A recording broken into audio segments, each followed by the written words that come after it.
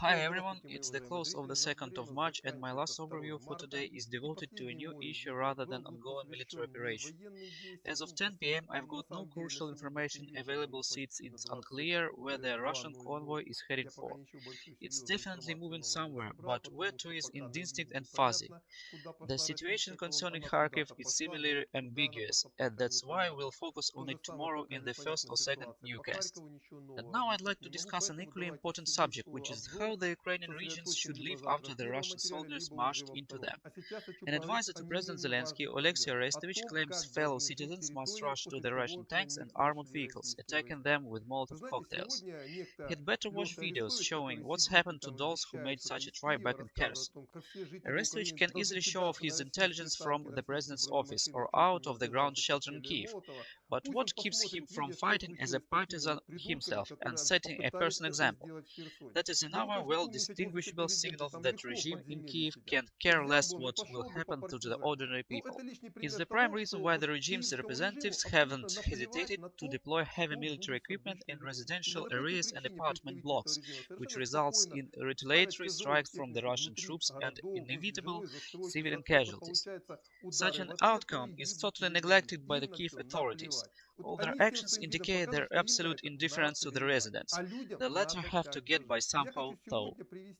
And I've got a number of examples how different cities and locations find their way out of it. First of all, let's have a look at my native town of Konotop. Early in the morning, a Russian delegation has come to hold talks concerning how the Ukrainian soldiers, Russian troops, and the local population are going to coexist on one and the same area. And guess what? They've come to an agreement without any bloodshed or fight. As a result, both Ukrainian and Russian parties keep their roadblocks, providing security in the neighborhood and preventing provocations, while city utilities settle to their everyday duties.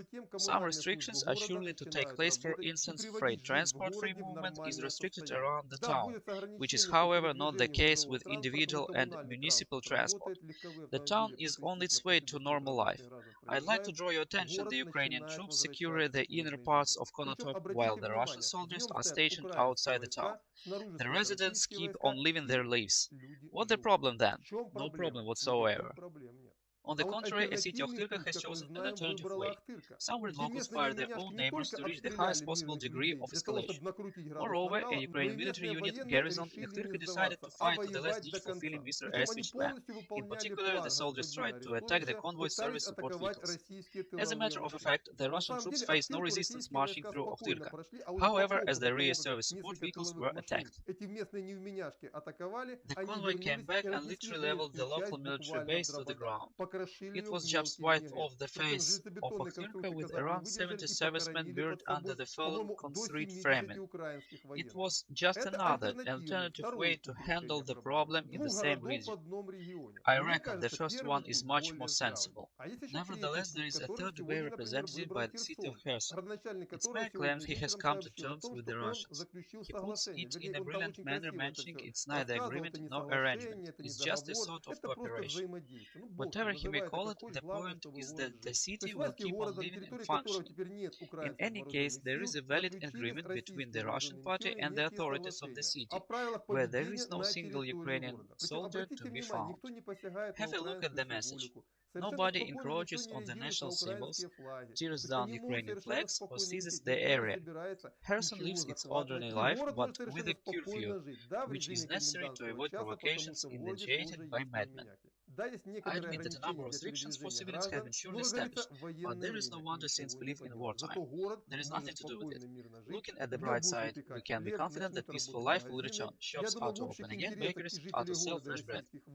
I believe it lies within common interests of Russian troops and Kherson inhabitants to keep the city off looters and armed idiots. This is one more example how a city can live peacefully. Another contact pattern makes a good contrast. I've already mentioned it in my Telegram channel. It's the city of Vasilkiv in the vicinity from Kiev controlled by the government forces. Do you know that previous night Ukrainian units passed an attack by Russian elite forces? The previous try was made by a unit taken to Kiev suburbs by Il-76 aircraft. The latter personnel tried to seize an airfield. One aircraft was brought down, but it would never be found. The government in Kiev asserted as many as 3 aircraft were brought down, but later it had to admit there was only one. But still, it's a mystery where the aircraft fragments are to be found, since there are no lakes or rivers in the area. While searching for the aircraft remains, the rescue team found 20 dead bodies, which were identified as volunteers of so-called local self-defense. They turned out attempt to confuse Ukrainian soldiers with the Russians in the darkness and opened fire. 20 dead men. The outcome is more than grievous. A similar case took place yesterday. As far as I understand, members of the local territorial defense groups got drunk, started a quarrel with each other, and finally opened fire.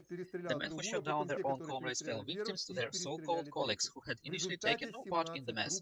All in all, 17 men were killed. On the contrary, it was presented in the media the following way. A sabotage group had penetrated into the territorial defense unit in order to gain control over a kindergarten, where as many as 300 Ukrainian children were hiding in a basement. The primary goal was to prepare an act of terror. Sounds like it makes no sense, but let's continue. The sabotage group killed other members of the unit, but at this very time they encountered a group of Russian special forces. A fight began. Valiant territorial defender drove off an attack on the kindergarten and killed the invaders. While nobody of the Russian soldier was found, the story is impossible to be proved.